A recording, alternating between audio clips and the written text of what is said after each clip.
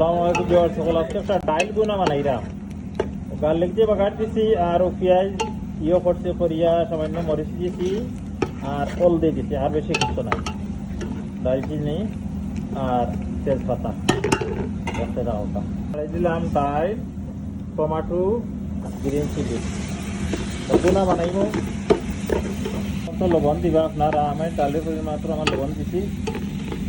ওখানে চলো কিছু বাজিয়া বাদে পানি দিলাম, ডাইলটা মজবইব তখন খুব বেশি হোকা পানি পেলাইছি। বেশি পানি আবার বোনা হইতো না, ওই শেষ।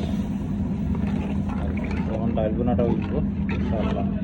একটু বাদে খড়িয়ান্ডা দিব, ওদেরকে আমি থোড়া খড়িয়ান্ডা দিলাইলাম সামান্য। ডাইল বোনাটা হয়ে গেছে ইনশাআল্লাহ। ও তোমাকে ডাইল বোনাটা ওলা ডাইল বোনা বানাইয়া খাইবা। ওকে, ভালো থাকো। Thank you very much.